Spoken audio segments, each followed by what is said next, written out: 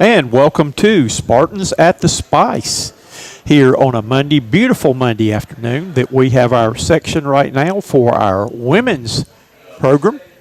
And we have a very special guest. I'm going to get her name up here. I've already told her that to be ready that I probably butcher her name. This is LELE. Give me one more time. LELE. TANUVASA. TANUVASA. That's easy for me to say, isn't Yep. it? Okay. All right, LELE, give me a little background right here. You are a transfer from University of Colorado. How does a transfer from University of Colorado end up in Spartanburg, South Carolina? Well, before I got to Colorado, I had a close connection with Coach Steve. And throughout my recruiting process in high school, we would always talk. And I was actually supposed to take a visit out to Spartansburg, but unfortunately, I had already committed to Colorado. But then I got another chance to talk with them again when I entered the transfer portal. And then when I got here to take my visit, everything just fell into place, and it just felt like home for me. Okay. You have been one of the spark plugs that comes off the bench there, though. But what do you feel like your role is for the team this year? I just think my role for the team this year is just to play defense and rebound, and if I have a chance to score, score the ball. Okay. Looking here, you've been averaging around 3 points a game. This season, you're a 70% free throw shooter. You are shooting, then this has changed since my scout sheet I did a couple of games ago, but you are shooting about 24% from the three-point line. What do you feel like is your strong point of your game? I'd probably say attacking the basket the most.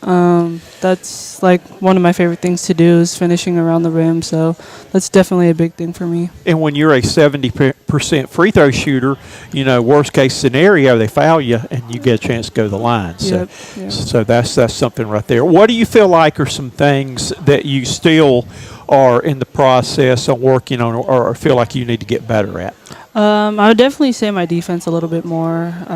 There's like some small things that I need to fix in that area, and then probably for my offense is just shooting, I'd have to say. Okay. All right. What do you like to do?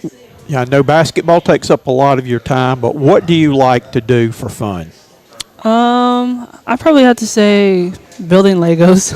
That's been a big thing. Ever since I've been at Colorado, it's just been a little bit of a hobby that I picked up on. So I'd probably say that, or just listening to music in my free time.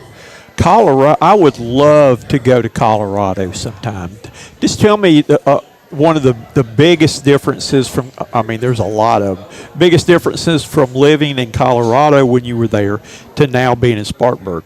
Definitely the snow. The snow is a big thing.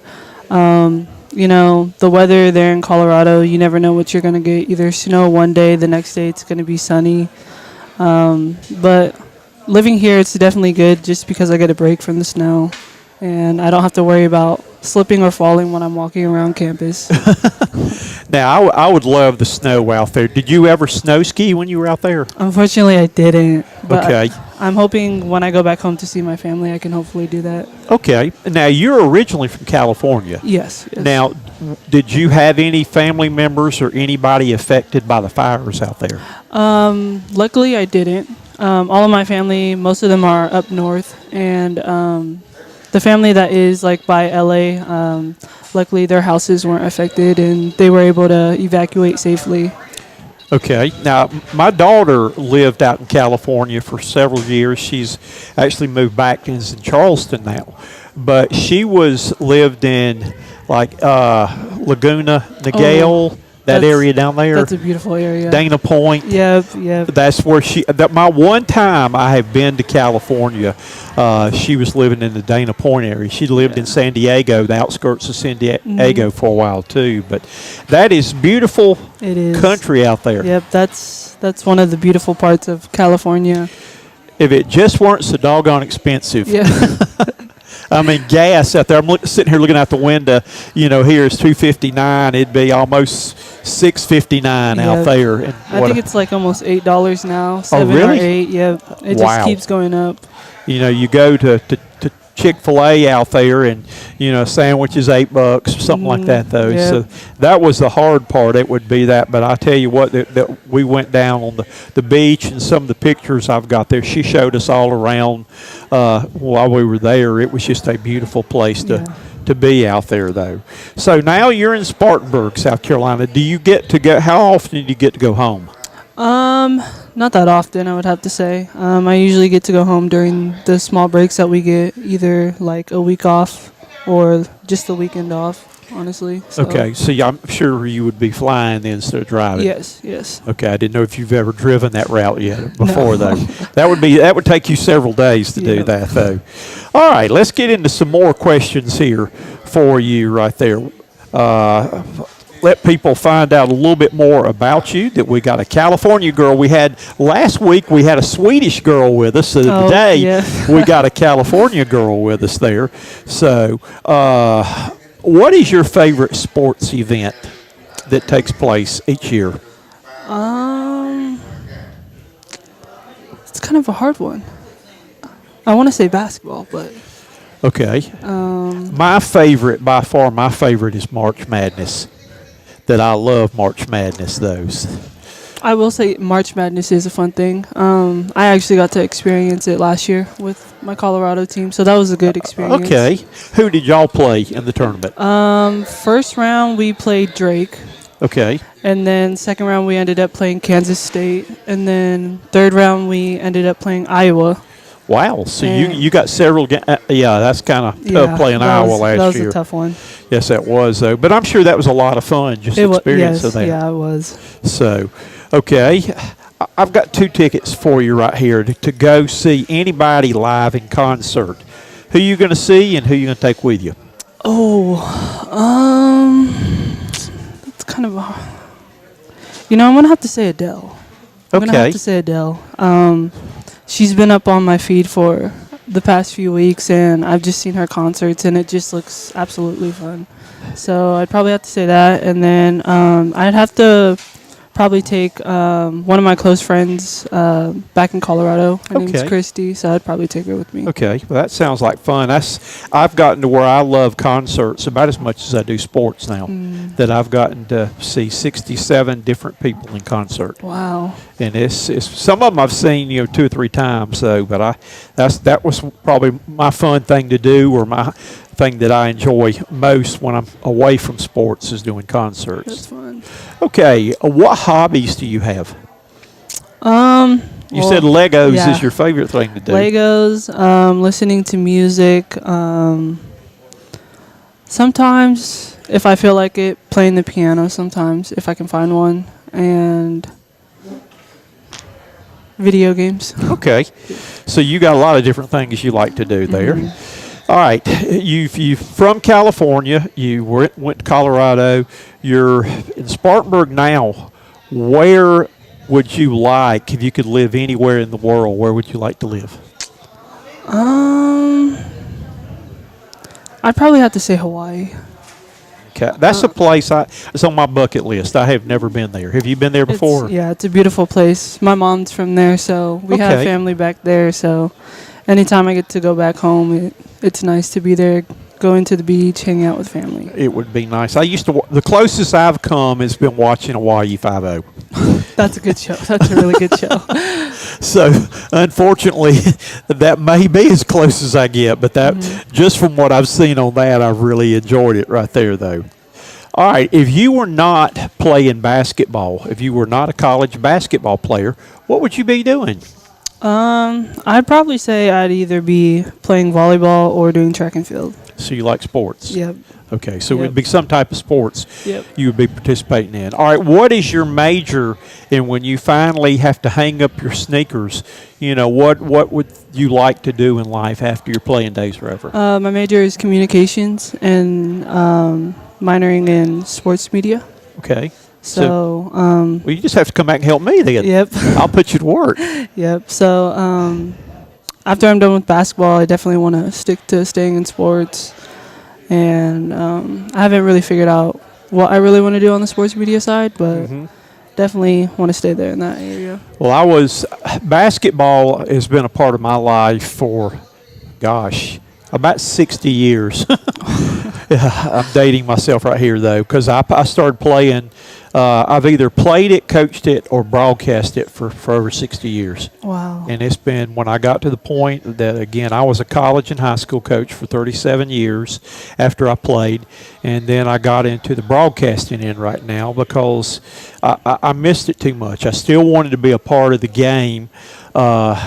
But I don't have to worry about getting any more of those. I can say what I want to now that I don't get the technical fouls anymore, though. But it's something I've enjoyed doing.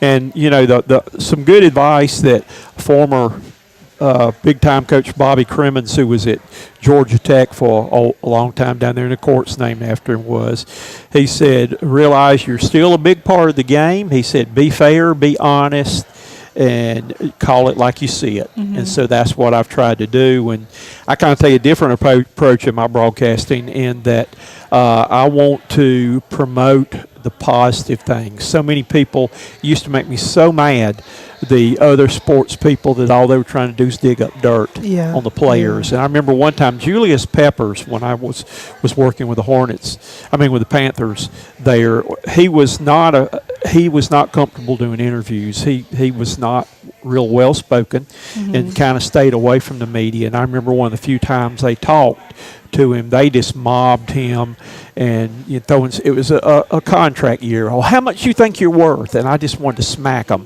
Like, shut up.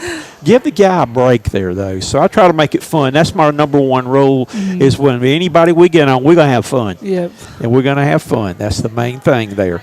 All right.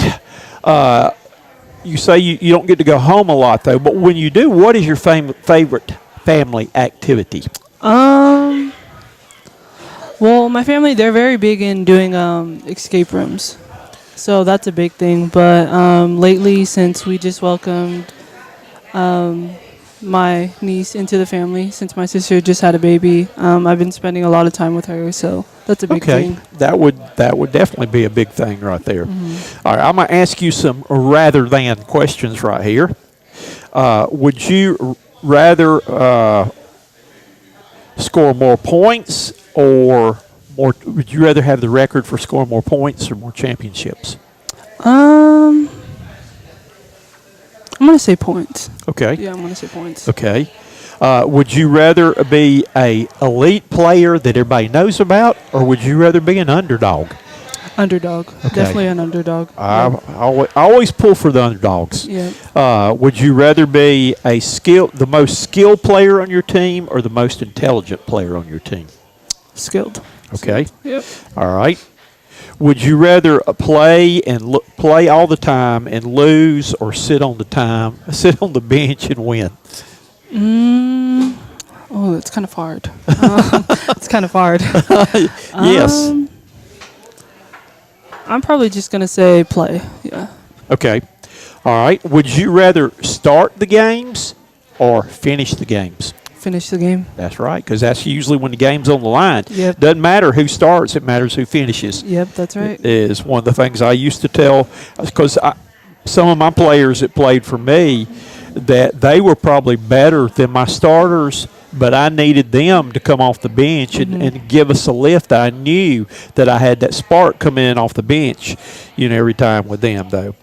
All right, these are some interesting questions to make you think. Would you rather be the star of a bad team or an average player on a good team? Oh, wow. You didn't know I was putting the full court press on, did you? No, I didn't. I would probably have to pick an average player. Yeah. Okay, all right, that's good. This is one of my favorite ones right here. If you could change for a day, would you rather be the mascot for a day or the manager for a day? I'm gonna have to say mascot just because I know team managers have to do a lot of things. The So. managers, they work their Yeah. tails off. The mascot, I feel like all you have to do is just dance. I'm on the crazy side anyway. That I mean, don't ever dare me to do anything because I'll do it in a heartbeat, and I'm very adventurous. You put a head on me and nobody knows in that suit, I would go wild. Yeah, I would that's- have a good time in there though. So manager's work is too hard for me. Yeah. Okay, what's your definition of loyalty? Loyalty. It's definitely like. Are we talking about like with the program or just like? It can be in general, In general? program or whatever. Yeah. Well, if somebody told you to define loyalty, what would you say? Oh, that's kind of a big one right there. I probably just saying sticking to your word. Okay. Yeah, sticking to your word for sure. I think kind of being willing to stand up and fight for what, for your teammates or anyone or anything. Be willing Yeah. to defend them in any way. Would you rather play the position that you're good at or the position that you have the most fun playing? I would have to say the position that is the most fun for you. Okay. Yeah. All right. Would you rather play when y'all? I know you sometimes you play on Saturdays. Play afternoon games on excuse me. Those are on Saturdays, and then Wednesdays you play night. Which would you rather do? Play afternoon game or night game? Afternoon for sure. Okay. Yeah. Then you got the rest of the night. Yep. All right. What motivates you? My family. Okay. What is your least favorite drill in practice that you hate to do every day? It's definitely a defensive drill.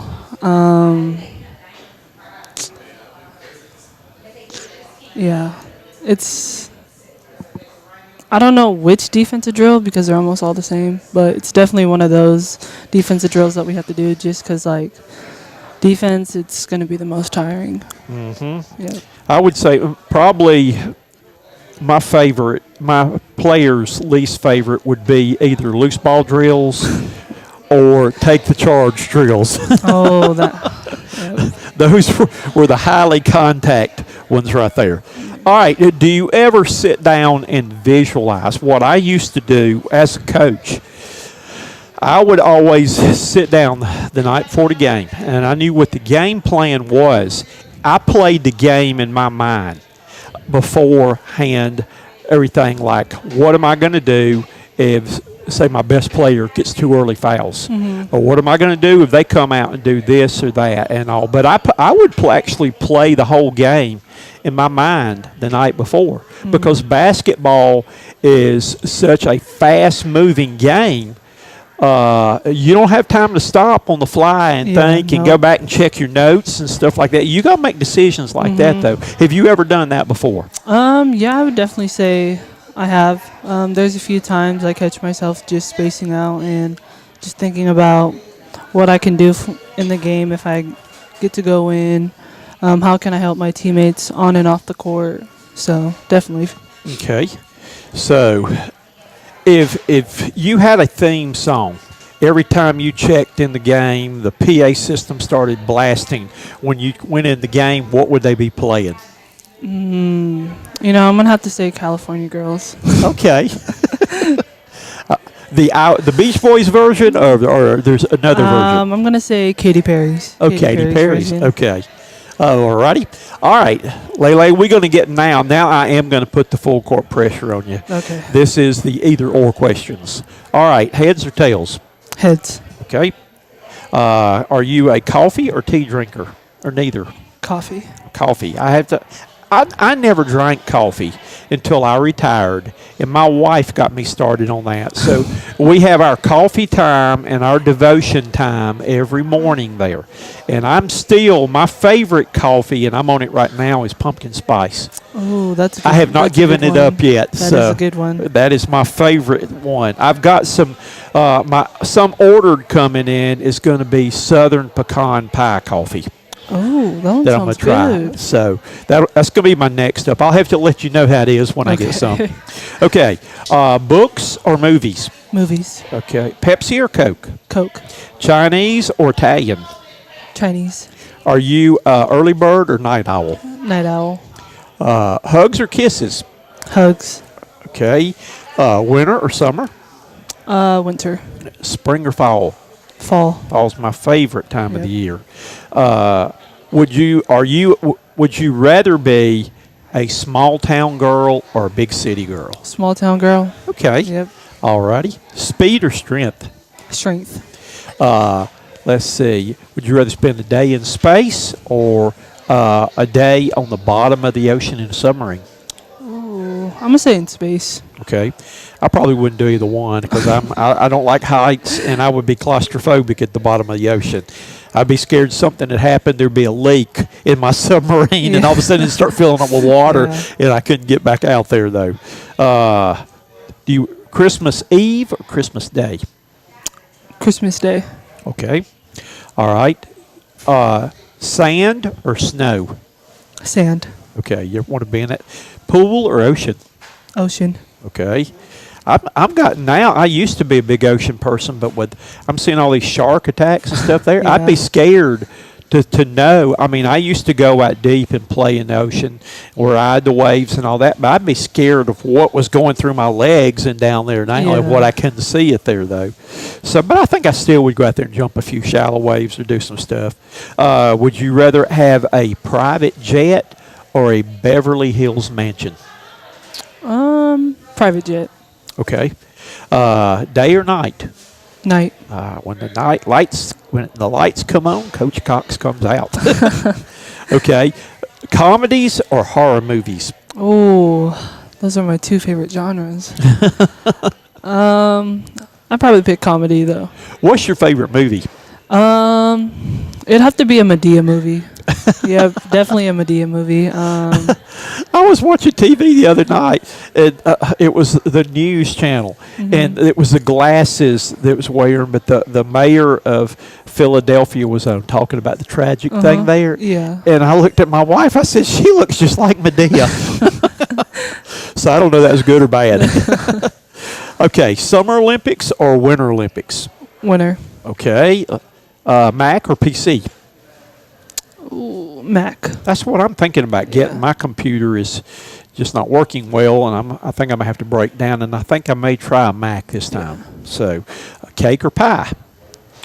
Cake. Tennis shoes or dress shoes? Dress shoes. Silver or gold? Gold. Okay. Dancing or singing? Dancing.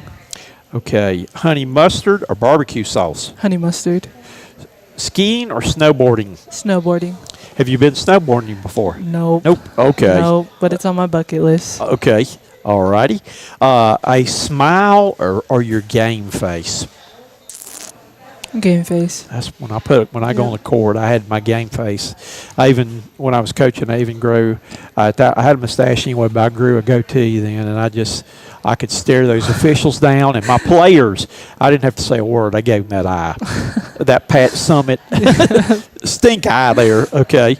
Are you a dress up or dress down casual girl? Dress down casual. Okay, I like to dress up. I'm with Coach Williams on that side right there. I like to dress up. So, okay, cats or dogs? Dogs. Okay, money or fame? Money. Okay, sunrise or sunsets? Sunrise. Okay, let's see what else we got. Multiple choice questions or essay questions? Multiple choice questions. Okay, adventurous or cautious? Adventurous. Would you rather call somebody or text them? Call. Okay. Would you rather take a quick shower in the morning or a hot soaking bath at night? Quick shower in the morning. Okay. Do you like spicy or mild foods? Spicy. Spicy. Yep. Okay. Truth or dare? Dare. A roller coaster or Ferris wheel? Roller coaster. Okay. Denim or leather? Denim. Bright colors or neutral? Neutral. Okay. And last but not least, would you rather be asking the questions or answering questions? Answering the questions. Okay. I was going to give you, if you said asking, I was going to let you ask one. So if you wanted to ask one, that is. Well, you have survived our full court press. The last question for LELE today is, if someone did not know you and came to a USC Upstate women's basketball game and they saw you out there playing, what would be the most important thing you would want them to know about you? How to say my last name. That would be good. Yeah. And I'm going to let you say it one more time for our people out there where they would know what to call you. LELE TANUVASA. TANUVASA. Yep. Okay. TANUVASA. Got it. I got it. I'm a slow learner, though. But yep. Well, we appreciate you being with us today and taking the time to come. And we got to get you something good to eat or drink here before you leave. We got to get you fixed up on that because we can sure do that, though. And good luck the rest of the season. And I'll be keeping up with y'all. Thank you. I watch you for. I can't get there in person for a lot of the games. I'm on ESPN Plus, and then I've still got. I had your game that I did when you knocked off Longwood. Yeah, I had the TV game that night, and I've got your TV game with Longwood coming up. Not Longwood, High Point. I will have the High Point game at the Hodge Center. I'll be doing the TV color commentary on that one, so I know I'll definitely see you again then. Yep, can't wait then. Well, we appreciate you being with us, and we're going to pause for just a minute, and we'll be back with Coach DeGraaf will be with us here in just a second. Thank you. Yep.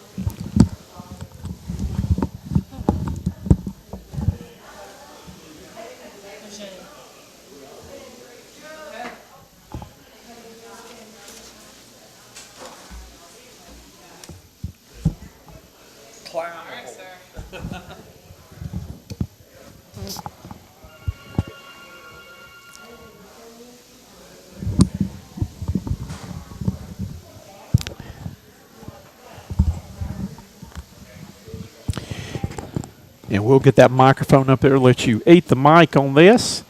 And we are ready to go. And we're back right here. And we have Coach Jenny DeGraaf, the assistant coach for the USC Upstate. Again, I'm still trying to decide if y'all are the Lady Spartans or the Spartans ladies. The Lady Spartans? We're going to be Lady Spartans. I think that sounds about right. Okay, we'll do that then because I have made the crucial mistake that I cover the South Carolina Gamecock women, and I call them the Lady Gamecocks, and I was quickly corrected. They didn't like that, okay. They did not like that at all, but that's what they were back in the day because I'm a South Carolina graduate back then, but they want to be called the Gamecock women. Okay. So I don't want to offend anybody, so I wanted to make sure I got that right. Let me get us, I'm going to switch back over to our monitor camera. Here too. There we go. So we've got everything in. Okay, a tough week with close ball games.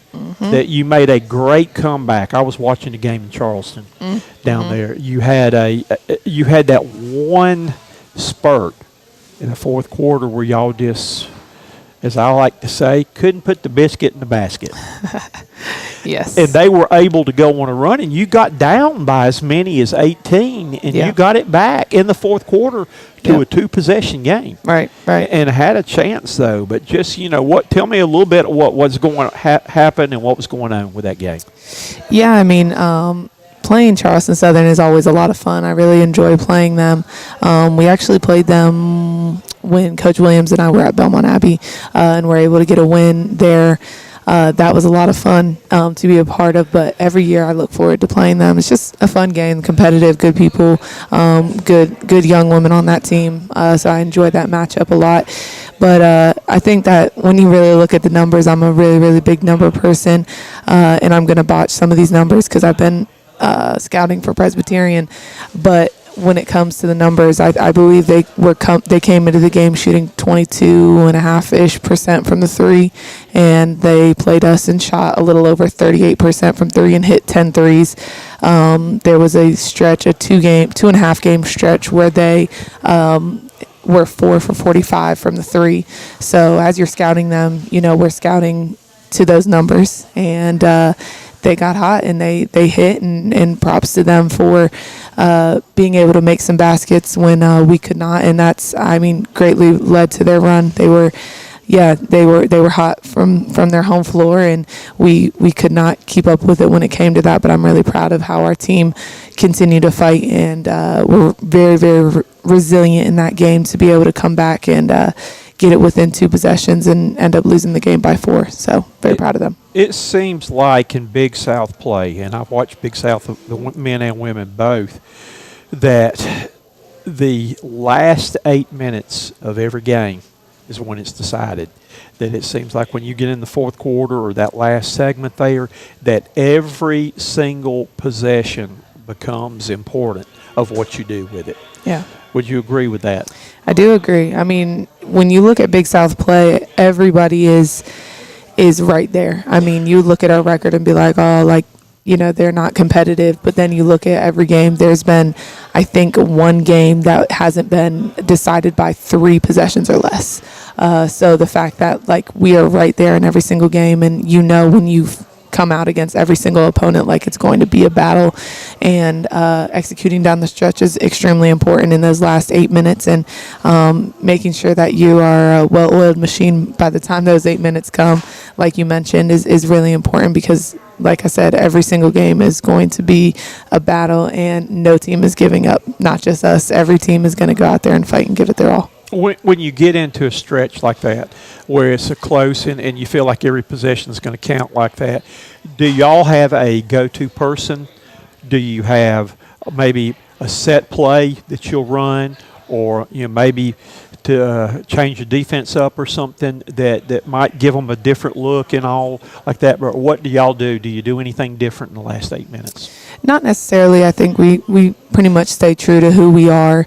Obviously, as we grow with this young team, it is a process in playing in close games, and where you're going to take some of those diggers, you're going to lose some of those close games, you're going to win some of those close games like we did against Longwood. So it's really about that learning process and not going away from that process, trusting in it every single time and just growing in it, because the last 2 games, statistically, we were led by a sophomore and 3 freshmen. So you have these young players who have never played a college basketball game, or have played very limited minutes, and then you are playing a season that lasts an eternity. And we're now into February and switching to the second half of conference play, and how can you take what you learned from those last 8 games to move it forward? I mean, we lost in overtime this past weekend. We hadn't played an overtime game yet. So it's all just a learning experience, and our goal is to be just playing the best basketball we can at the end of February and into March. And again, a thing that's kind of a lost thing too that people don't realize, sure, everybody wants to be the regular season champion, but how many times have we seen the regular season champion not win the tournament? The regular season championship does not get you in the big dance, and that's what it's all about. The regular season basically is to get you a good seeding for the tournament to decide who goes to the dance. And that's, right. I think lots of times people lose perspective of that. Right. Right, yeah, and that's the biggest thing we're trying to talk to our girls about, is just making sure they are locked in and continuously focused. And that's why we gave them today off, to just rest their minds, know that we are extremely proud of how far we've come. The team that was playing in Greece in August to the team that's playing in an overtime game against Radford at home, and against a really tough, good, talented team and a well-coached team. Like, that is huge. There's been huge improvements, and that shouldn't be lost, because the season is long, and we need to again be playing our best basketball here in the next couple of weeks. And we're right there. I know it's always hard, and people are like, okay, well, you keep saying that, but we just have to continue in that process and show up every single day and be the best version of who we can be, because every game is going to be a battle, every single one. And when you look back, you've only had one game that you were not, that really was just one of those games. I call it a Fido game. You just forget it, drive on, and that was the High Point game, right there. And you're going to have probably 3 or more, 3 or 4 of those in a season total. That's for a conference, non-conference, and all. So again, that's Fido. Forget it, drive on, and you come back though. So yeah, absolutely. We that was a really good week for us. I mean, I know that you look at that score and you're like, what do you mean that's a good week? But it's kind of a wake up moment for the team of, hey, this isn't who we are. How we performed is not who we are, and it was just more about, getting off the bus and not staying in Spartanburg and coming to High Point and showing up, and then you follow up the next game and beat the at the time undefeated Big South leader in Longwood. So the response from that game was tremendous, and we are honing in on that energy and that consistency every single day of having that energy, that enthusiasm, just a desire to want to be on the floor and have this opportunity. And our girls have responded tremendously to that game, and we are moving forward from there. Okay. Do you have a favorite place in conference which place do you like to go to play the most out of all the schools that you travel to? I know the most people in the High Point area, so I actually do enjoy playing in their arena. But I really do I love Charleston Southern. It's a small, quaint little arena. They have really good, a really good fun band that's really intense into it.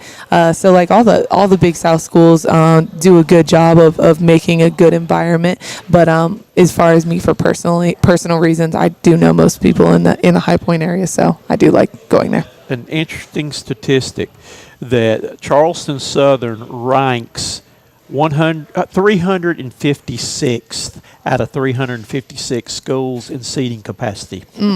I thought it was us, so I guess we must have gained some seats. They're last, and USC Upstate is next. I love it. I love a small arena. I think that it's easier to pack out, and it kind of gives you the feeling of Duke. Where does Duke play? The Cameron Indoor Stadium. Yes, thank you. I was completely blanking on that. Cameron. It kind of gives you that feeling when you get a lot of people here. We have our what we call our green game on Wednesday against Presbyterian, and it's where all the student athletes come out and support, and it gives you that feeling of that small environment, but it's really loud. It's really cool. You can literally talk to the players as a fan, so it's pretty cool. So, with that, have you ever been to a game at Cameron Indoor Stadium? I have. I actually had the chance to play there when I was at UNCW. That was really cool. And then when I was at Boston College as a graduate assistant, we were obviously in the ACC, and we got to go play there. A really cool environment. But I've never been to a men's game before. So I have been to three, and that is the greatest basketball environment I think you could ever be in. I mean, I'm squished on press row there, and I've got Cameron Crazies right on top of me. They're leaning all over me there, and awesome. I would have to get my phone and put it on selfie to see what they're doing behind it, because I didn't know what they were doing. But I mean, you were right there in it, I mean, and they take the ball out of bounds, and I can reach out and say, "Can you move over a little bit? I can't see. Can you take it out over here?" Right there though. But that is one of the greatest, and they would be crazy. I mean, they got the money to do it. That'd be crazy to build a new facility. Agreed. Because that's the best in college basketball you'll ever find. Yeah. All right, I'm going to throw a couple of rather than questions at you. Okay. Oh, there. All right. Would you rather be a great recruiter or a great strategist?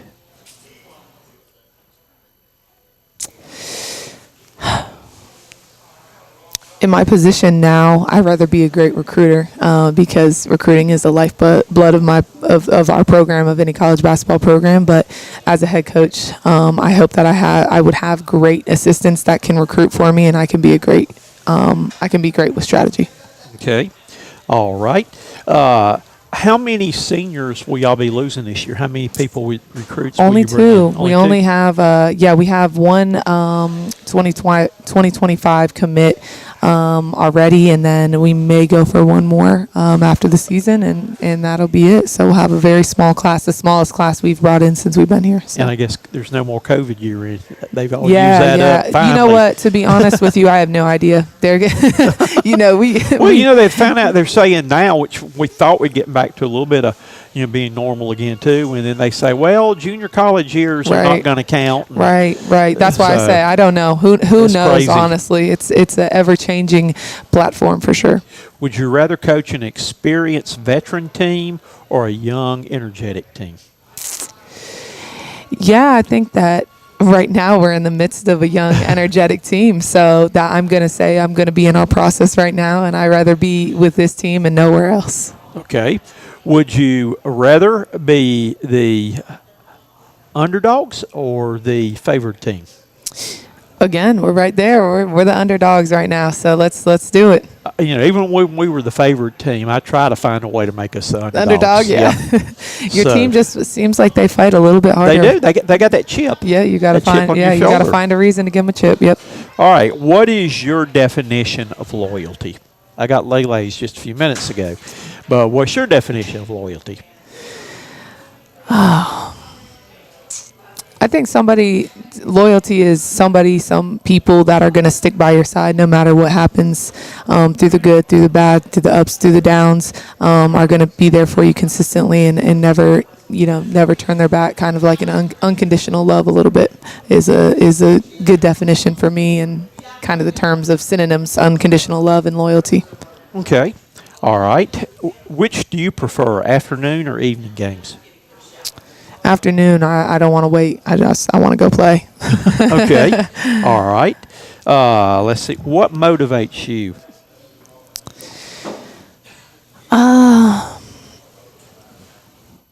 Yeah, I think getting up every day and knowing that I'm coming into a bunch of younger versions of myself, and I got into this business, this crazy business, to serve these young ladies in the best way possible, in the greatest capacity that I can, and having the opportunity to do that and getting an opportunity to come in every day and do that and serve them in any way that I can is the reason that I am motivated to do my best every day. Okay, that's a good answer. Good answer right there. What do you do as a coach to mentally prepare for a game?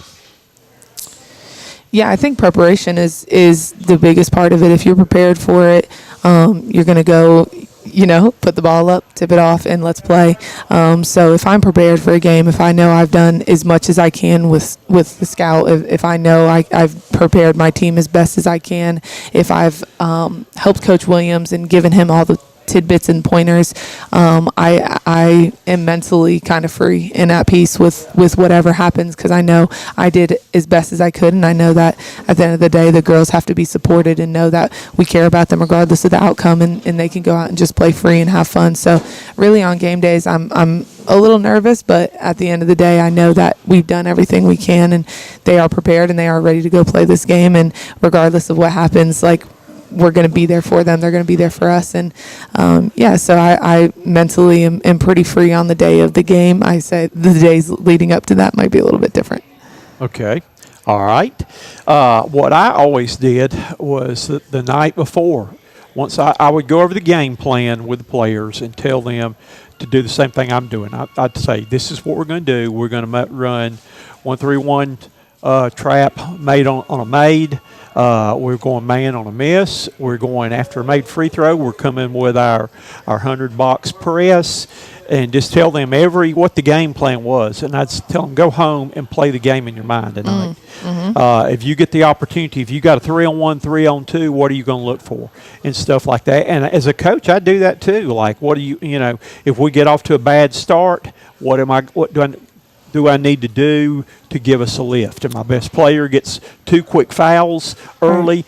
Who do I go to? Right. And I used to try to do that because it's such a fast-moving game. You don't even got time to stop and try to figure it out or go back and look at your notes or anything like that, though. Right. But that's how I used to try to get mentally prepared for coaching a game. And them, too, hopefully, where they know what we're doing, that we played a lot of multiple defenses. We'd change it up, and we'd even, say Z one time. And that means that we may have been playing man-to-man, but we're going to go down and play zone for one possession, then we're going back after that. Though we mixed it up a lot to try to keep teams off balance with that, though. Yeah, for sure. So that was how we mentally prepared. If you could change any rule in college basketball, what would you change? You think there's anything that needs to be changed? Not necessarily. I feel like they made some really good changes with the advancement of the ball. Makes the game a lot of fun. I think that I think that the taking away the one-on-one was an interesting move. I get it, but it makes it like, I don't know, I liked the one-on-one in the sense of you got to make the first to get the second type of situation. I liked that. Not saying it should come back, but I did enjoy having that. But I mean, I think that the only thing that is hard is the long reviews of plays. They take a long time. I get that they are officials and they have to do their due diligence when it comes to making the right call, but it does hurt the momentum of the swing of things. Obviously, it's nice to have an extra timeout, but if you're on the other side of that and you don't want the other team to have a timeout, it's kind of a, catch-all. But yeah, I would say that if they could speed up the reviews, that would be my only thing. But nothing really they could change. I think that the way things are flowing right now in college basketball are really good. I think the audience is continuously growing. You had, Asia Wilson's jersey retirement yesterday, and so many people were tuned into that. Caitlin Clark's jersey retirement yesterday. So, there is a lot of just great things happening around women's basketball that how they have it right now, let's just keep with the flow. Let's just keep riding this wave. And I watched both of those. And what's interesting? They both wore number 22. I know, on February 2nd, on 2-2. That's interesting. I don't know if that was planned that way or whatever. Had to have been. But it couldn't have been more ironic that they were both retired 22s on 2-2, like you said. Really, really cool that they could do that for them. That was, though. So one thing I think I wish the men's game would do would be follow the lead that y'all did to go with the four quarters. Yes. I like, I don't know if y'all realize this or not, but your game with Longwood, neither team got in the bonus the whole game. Yeah, there weren't a lot. There were not a lot of foul calls. There was not. At the end of the game, both of y'all had 4, and that's the closest anybody came. But neither team even came close to the bonus. I think in the first half they had called 5 fouls or something crazy like that. But I kind of like that. I mean, let them play. Let them go out there and compete. It's fun. Obviously, got to keep control of the game. But I don't think at any point in time that game got out of control. So I like it. Let them play. Okay. Let's see. Do you have any phobias? No,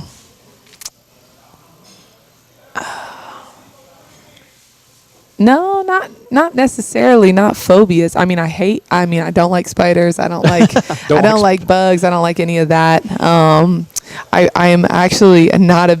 I'm a very. I used to be a big fan of riding in planes, but not as much anymore these days. In the last week. Oh yeah, especially so bad. Yeah. Thinking of those families, definitely thoughts and prayers with those families for sure. But I think that planes are definitely probably my biggest with bugs right there, but not too many. I'm a pretty relaxed and laid back person.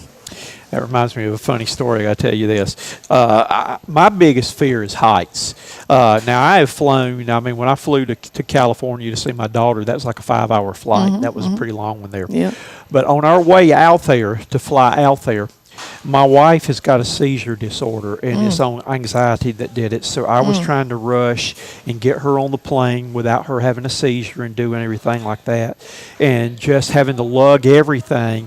Yeah. And we had to practically run through the terminal to get there, just to get to the flight on time and all. So when we got on the plane and we got in there, and this was back when you had to wear the masks. Our seats were on the very back row, the back of the plane. And I'm sitting there in the middle seat, and I'm squished, and I got the mask on, and I'm hot. Yep. And I had a panic attack. Oh, yeah. And I got a panic attack, and the people are not real smart. The stewardess is not real smart. I couldn't breathe. And I had to pull my mask down. Sir, you're going to have to put that mask on. You're going to have to wear that mask. And I kept putting it up, and I'm breaking out in a cold sweat. And she came back, sir, you're going to have to put that mask up there. I said, I am having a panic attack right now. And this is, we're getting ready to roll right now. She said, well, are you going to be able to stay on this plane for the next 5 hours, which is the last thing you want to hear when you're squished on the back row seat on that. Right. So they went and got me a bag of ice there. But it was funny. I claimed to be the world's strongest man, because I held up an airplane with 274 people for 20 minutes.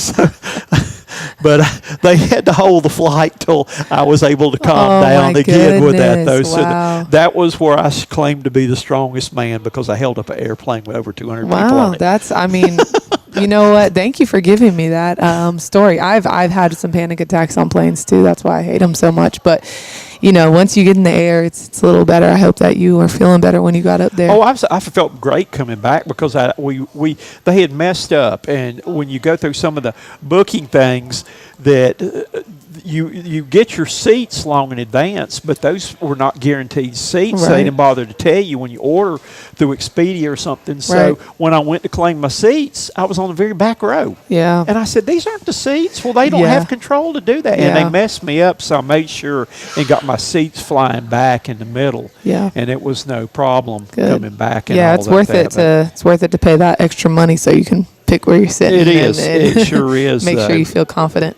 All right, I'm going to look with you. I brought my old player notebook with me right here. Okay. I want to see how much things have changed in 20 years here.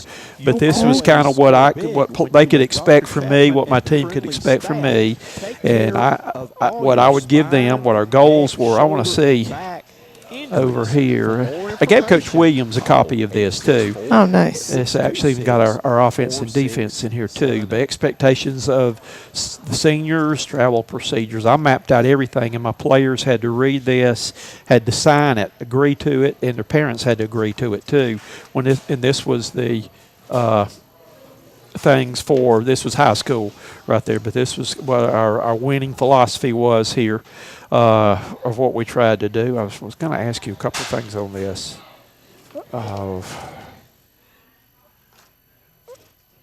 Over here, momentum getters and a couple of things right there for those are practice things. Let me flip. Where am I? I hadn't looked at this in a while. Momentum getters. See if this has changed there. By making free throws, steals, or interceptions is how you get momentum. Strong defensive rebounds, break up a fast break opportunity, score off a fast break. Aggressive, tough defense, scoring on an offensive rebound. Teamwork and assists, make a big play, example, three-point shot, block a shot, and recover the ball, or score a basket at the buzzer. What other ways can you think of that y'all try to get the momentum? Yeah, one of our biggest things is taking charges. I think that in the women's game, that's a dunk, like it is for the men to go down, and that's one of their big momentums. Their big momentum switches is if you can go down and get a dunk. But for the women, if you can take a charge and get the ball back after a hard fought possession on defense, and then you end it with a charge, that's huge for us. I mean, I think those are all good things. But for us, it's definitely, if we can take charges, we're going to win this game. Okay. Is it still being taught this way? Back in the day with me on transition defense, we always were taught to, and I coached it this way too, after a turnover to sprint back to the block and establish yourself there, or has that changed to where you run back to on defense now? No, I mean, as far as where we go to take a charge, yeah, you're trying to get in front. You're trying to get position to be able to take the charge. You don't want to be obviously out of position and then try to take the charge. Yeah. I'm seeing so many teams today want to run side by side with the dribbler and do that rather than beat them down there. You don't have the ball, so you should be able to beat them back down there and get position, and they end up either fouling them or giving them a layup. Right. Yeah, we always tell our girls to sprint ahead. Yeah, sprint ahead. All right, this is what we usually worked hard against to not to do these, because this is how you lose your momentum, was force a bad shot, take a bad shot. By missing free throws is one of the biggest momentum killers. Giving up second shots or allowing a basket off an inbounds or on an offensive rebound.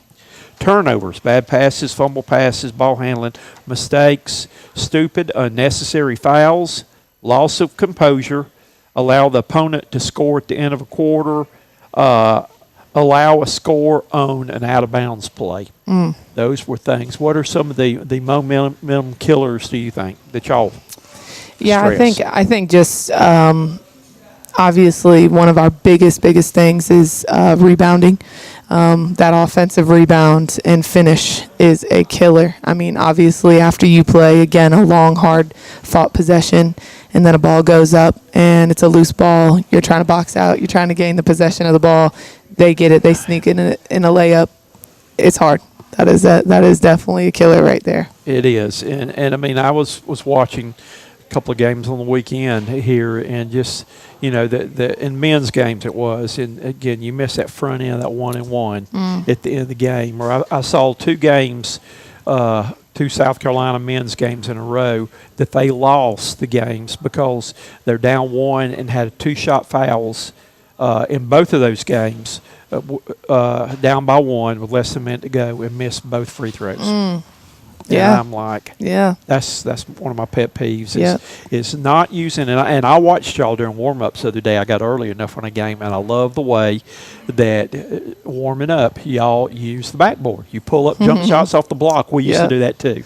That you don't see that anymore, but I love that because your backboard's your best friend, and I hate seeing missed shots around the basket because people will not use the backboard. Agreed. That is one of my biggest pet peeves too. All right, goals. This is what my goals were offensively right here.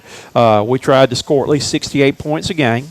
I wanted at least 15 assists a game. I wanted to shoot on the average, and again, this is high school, so it would have been a little bit lower there, at least 68% from the line for the game. 70 now would be, or above, I'd have mine. At least 45% from twos, 35% from three-point line. I wanted 12 or less turnovers.